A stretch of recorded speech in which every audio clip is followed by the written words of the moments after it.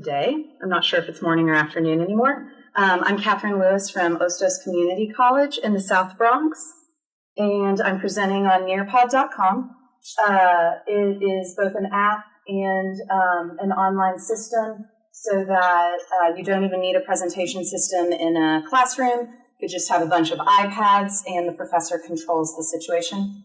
Not sure how many of you have experienced this. I've been exploring it for the past couple of years. So Hostos is in the South Bronx. I'm both the coordinator and a professor in our media design programs. We've been around since, I think, started offering classes in, 2008. And we had 7 majors in 2009. We now have a design and animation, digital music, and game design majors, and we are topping the 500 majors mark. So there's a lot to manage. But it's really been a wonderful journey. So design and animation has 2 tracks, as it is named. The design track, the students are required to take Web Design 1, and I am the full-time faculty that teaches it. We have adjuncts as well. And then we have game design majors, and they are required as well to take Web Design 1. So our students, here's a photo from our all majors meeting. Every semester we have an all majors meeting trying to bring them into a room together so that they know what the others look like, have a sense of community. I guess I've been teaching web design. Actually, our moderator is one of my former students from web design, and I told her this morning no one has been as successful as she was in the class. But students have a tendency to struggle. Even before I started teaching the class, I was working with our adjuncts on different strategies for engaging our students in the material. Only HTML and CSS. I don't really go into JavaScript if anyone is familiar. I'm not going to talk too much about the code because this really is more about making the material accessible to the students. But there really is a struggle. I personally have to feel that it has to do, and although Corey doesn't look very afraid when he was in my web design class, there was an element of fear. There's a lot of fear around the math of web design, whether it's just counting pixels and how to get it on the page. There's a lot of fear in getting started. What do I name my file? I mean, I can't even tell you. We're at the end of the semester, and they still say, what do I name my file? And I'm like, okay, I'm not doing it for you. We're going to talk this out again. I had students that basically dropped the class because they never learned one line of code that they could copy and paste to connect 2 files. It was gone. They were lost. I was never going to keep them. So I have really worked every single semester changing small things from even just language. Instead of assignments, we have building blocks. I wanted to reinforce that all of the work that they're doing the whole semester could then be is a foundation for their final project. So this semester, I finally worked just a graphic of code. That's all the code you're getting today. There you go. A little CSS overlapping, a little HTML. My idea for this semester was to move the lecture out of the classroom, put the assignment work into the classroom. And this is because in each semester, I always spent the last 4 to 5 weeks helping students develop their final projects. And by that, it was open studio time because they needed me. They needed me to problem solve. I'm not sure how many of you have ever written HTML and CSS. If you make a comma instead of a semicolon, you're done for. If you have IMAG instead of IMG, everything's broken. And it's about training your eyes to see these mistakes. I can go up to their code and I can look at it and then I can find the problem. They need that because they're not going to have it even with our lab assistants, because we're still trying to get a skilled group of our former students to be able to be lab assistants enough that they could tutor the others. So because of that, I realized that our students were more successful when they had one-on-one time with me and I was available to go and touch every student's code. And this is in a class of 28 students. So I needed some time. I wasn't going to be able to both lecture and do this. And also, I'm not sure if you've ever experienced this, but even if I said it 5 times in class, there's no expectation that it's going to be retained. And I had this suspicion that if I were able to say it was in the presentation, it was going to liberate me from doing it again. Or maybe I was going to do it the 10th time, but at least I didn't do it 1 through 9. And emotionally, that's great for me as a professor. You know, you start to become weary the 9th and 10th time that you repeat something. So I wanted to empower them, as we all are, to answer their own questions, solve some of their own problems. And if I had everything on Nearpod presentations, I hoped that meant that they would know where to go. So also another reason, something our students struggle with, is that in my opinion, web design, the book that we have is wonderful. It's teaching tools. Tags are tools. Our students struggle with how to take all of those individual objects and put it together into a more complex arrangement. How do you take your knowledge of how to position items, but then implement it in the design of the web page? So again, reinforcing the need for me to be there to articulate how you take this one tag. And, you know, it's no secret, students, you learned about this header. You want a header on your website, use that tag that we spoke about. So making those connections. So I am a designer in my background.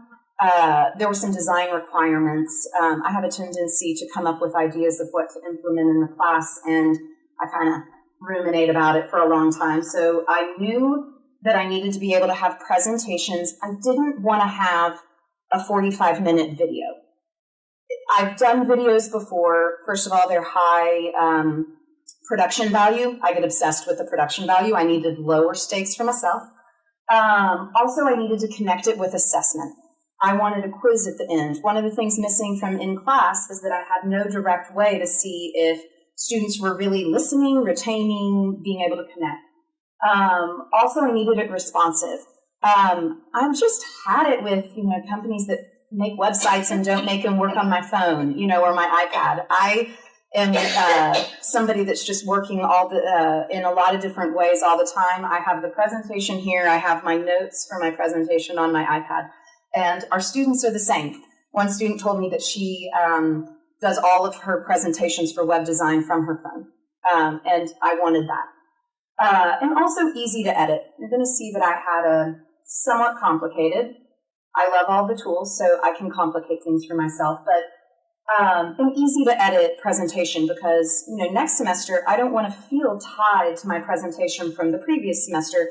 I want to be able to learn from how the students reacted to it and edit it and update it as well. So I chose Nearpod, and we at Hostos have a teacher account. So I had support with our educational technology, but I had also just played around with it a lot in the past couple of semesters, and because of that, I knew how I wanted to move forward. And Nearpod offered all of those design requirements, a solution to it. Again, I didn't choose Vimeo or YouTube. Production value, I didn't want them scanning through, and there was no quiz.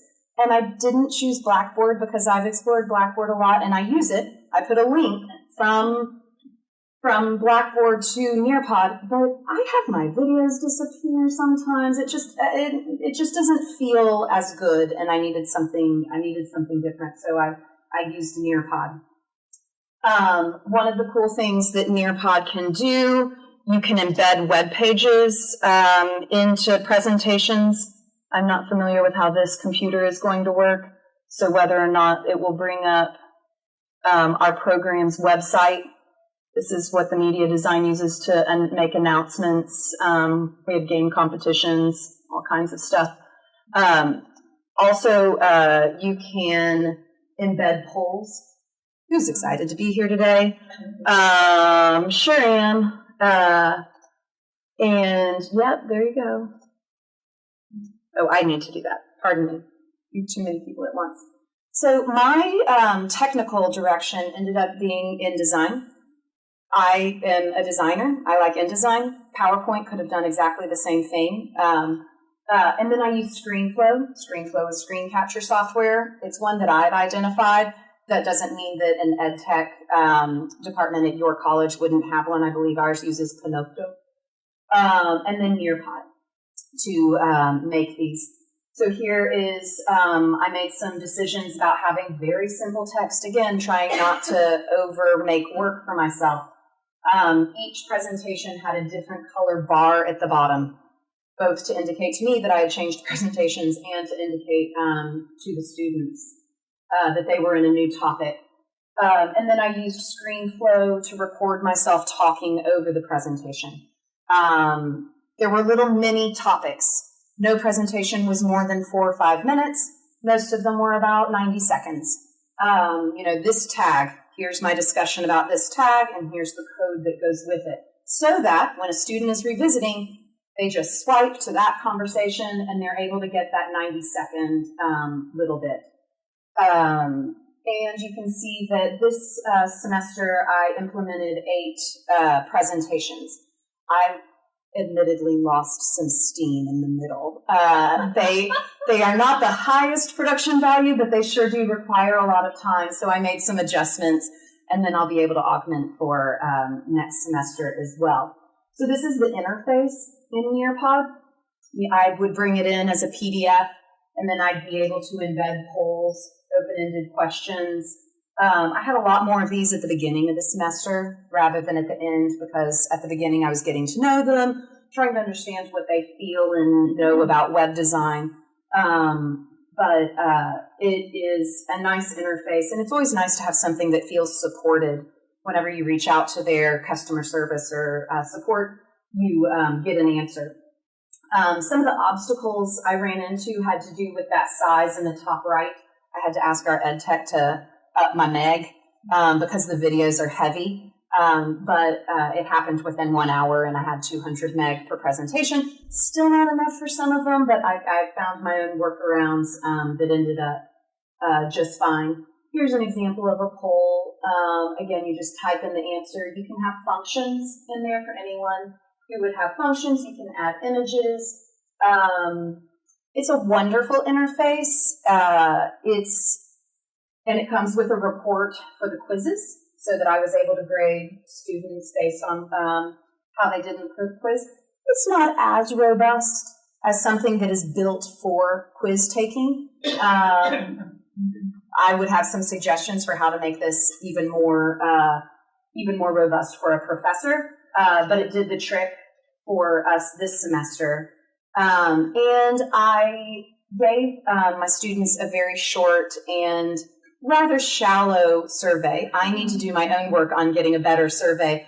But,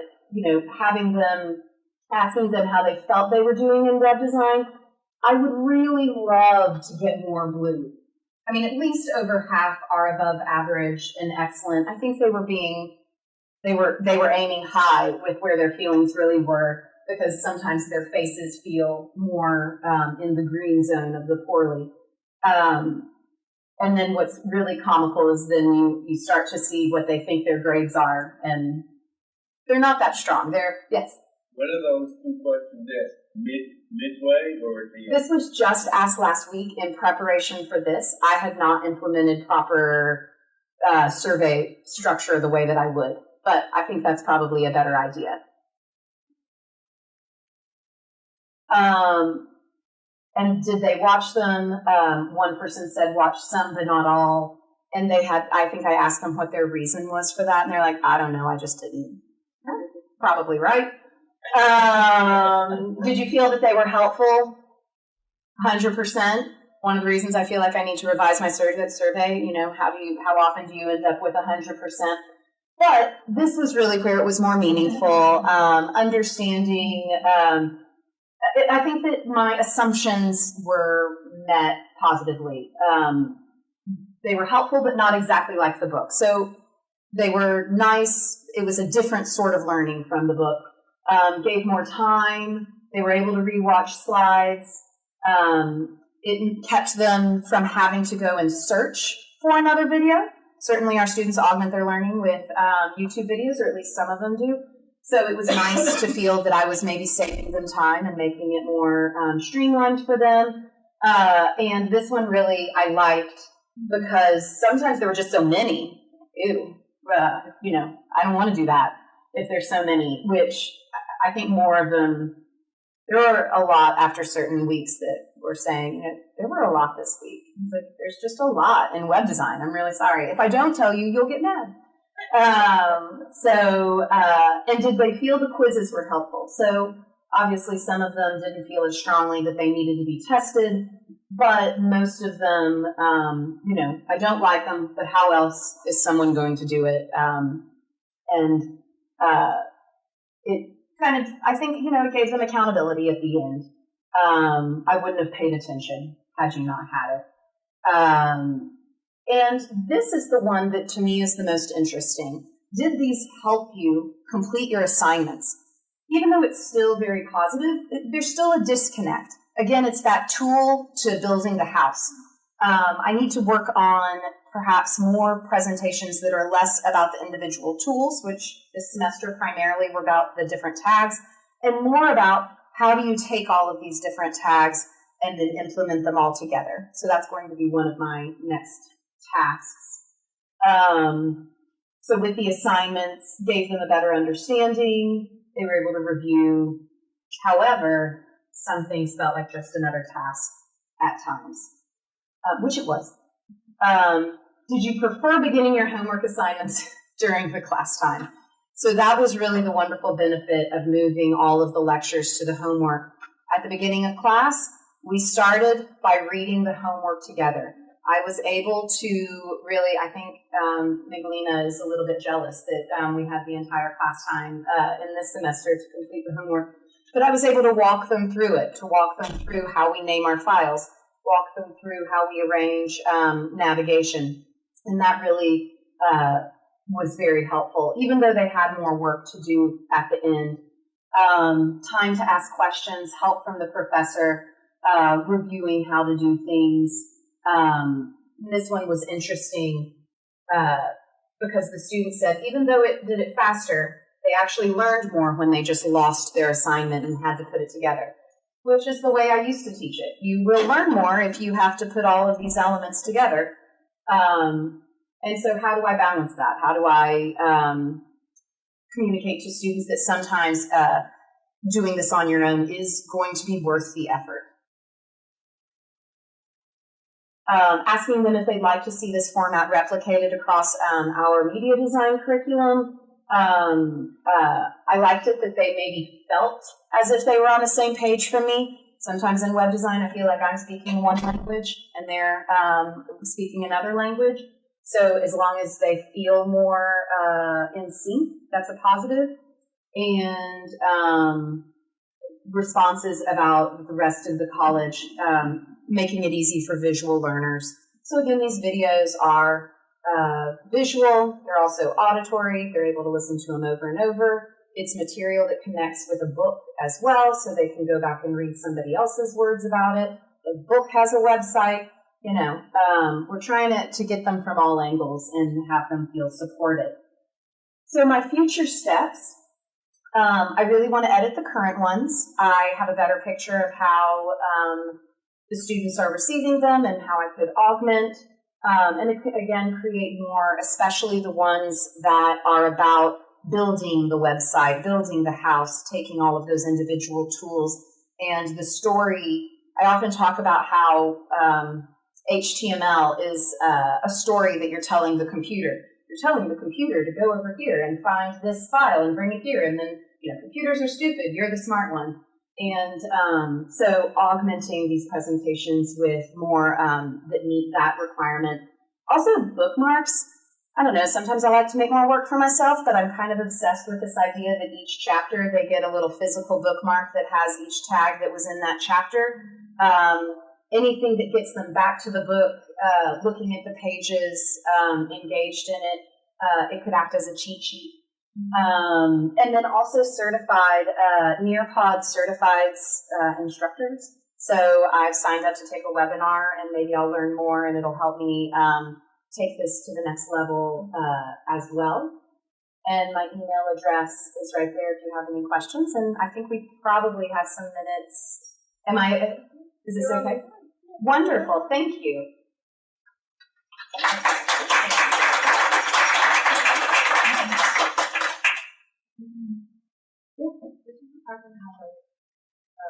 Student provided services for this kind of Well, I go